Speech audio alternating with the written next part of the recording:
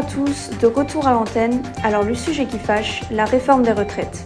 Il y a 4 jours, à l'Assemblée, Elisabeth Borne mettait en place cette réforme avec l'article 49 alinéa 3 de la Constitution. Nous sommes ici pour comprendre les revendications des manifestants de tous les âges contre cette réforme. Nous retrouvons donc notre envoyé spécial sur place. Stéphane, je vous laisse la parole. Bonjour à tous, alors effectivement je me trouve bien dans le sud-est de la France, à Digne-les-Bains, où plusieurs centaines de manifestants se sont réunis contre cette réforme des retraites après justement la motion de censure qui a été rejetée.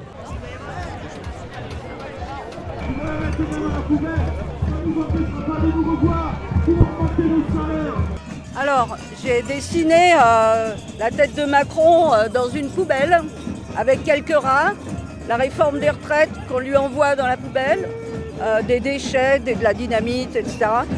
Et il dit « j'assume, tout va bien ». Voilà. Ça vous touche beaucoup pour vous la réforme des retraites? Oui, bien sûr, même si je ne suis pas concernée, j'ai un neveu, je connais plein de gens qui arrivent derrière moi et... Vous vous battez essentiellement pour la jeunesse? Oui, absolument. Pour garder ce droit légitime de vivre de sa retraite, quoi. Merci beaucoup, merci.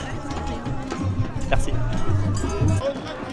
Lycéens, étudiants ou encore seniors, tous se battent pourtant pour la même cause, la réforme des retraites. Nous sommes partis à leur rencontre pour comprendre un peu mieux leur point de vue.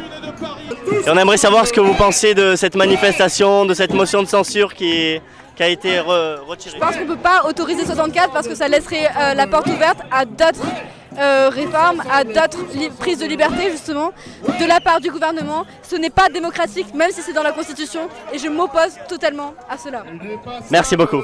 On voulait juste savoir votre opinion par rapport à tout ça. Pour mon opinion, alors, je vais vous le dire franchement, déjà au niveau de 62 ans, je me fais baiser la gueule de 400 € par mois, alors sérieux. Ah ouais, non, mais... Je vais prendre la retraite au mois de novembre, je l'ai dans le cul. Alors si on me propose encore 64, ben je crois que je peux me suicider, c'est plus la peine de vivre. Macron, si tu savais la réforme, Macron, si tu savais la réforme où on se la met. Déjà, il faut se mobiliser. Et ça serait bien que les jeunes ils se mobilisent aussi. Parce que là, vous voyez, il y a toute l'énergie qui est mobilisée quasiment. Il y a les profs qui sont mobilisés, mais les jeunes, on ne les voit pas trop. Il faudrait que vraiment ils se mobilisent. Voilà, si j'ai un message à passer, c'est celui-là. Voilà, dans les facs, dans les lycées, il faut vraiment vous mobiliser. Parce que c'est pour vous qu'on se bat. Nous, notre carrière, elle est quasiment faite. On y arrivera tant bien que mal. Par contre, vous, avec des carrières hachées, vous arriverez à 64 ans sans votre pension et le dos cassé selon les métiers que vous allez faire. Voilà. Donc si vous arrivez à vous mobiliser dans les facs et dans les lycées, ça serait vraiment bien. Voilà. Et là, le combat, il n'est pas fini. Merci beaucoup, merci. À propos de cette manifestation, qu'est-ce que vous en pensez, vous, de tout ça? De cette mobilisation, c'est une mobilisation qui est un peu historique puisqu'on est à la 9e mobilisation. Et on a toujours autant de personnes qui sont dans la rue pour s'exprimer.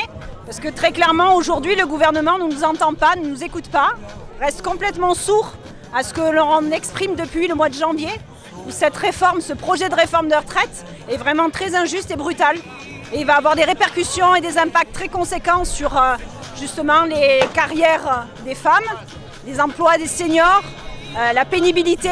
Ces sujets-là, ils sont sur la table, sauf que le président a eu à multiples reprises l'occasion de discuter avec nous et il les a toujours refusés et ne nous écoute pas dans les différentes alternatives qu'on leur propose.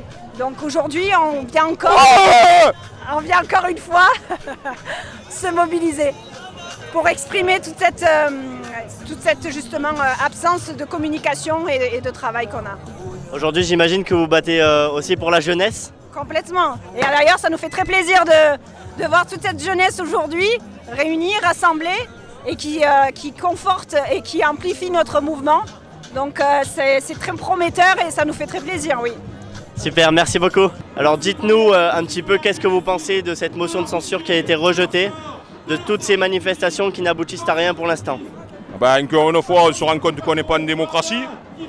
Les grands électeurs qui sont élus, ce sont des monarques qui sont dans leur planète et ne touchent pas pied sur terre, n'écoutent pas la population et comme dit Macron, vu qu'il nous traite d'illégitimes alors qu'en représentativité, les syndicalistes, on est plus représentatifs que n'importe quel mouvement politique. Et aujourd'hui, il a la démonstration de force parce que dans toutes les villes, et même on le voit ici aujourd'hui à Digne, dans les provinces, on est beaucoup et on est des milliers, ce qui va faire des millions. C'est une marée humaine contre la politique macronienne. Merci beaucoup monsieur, merci. De rien.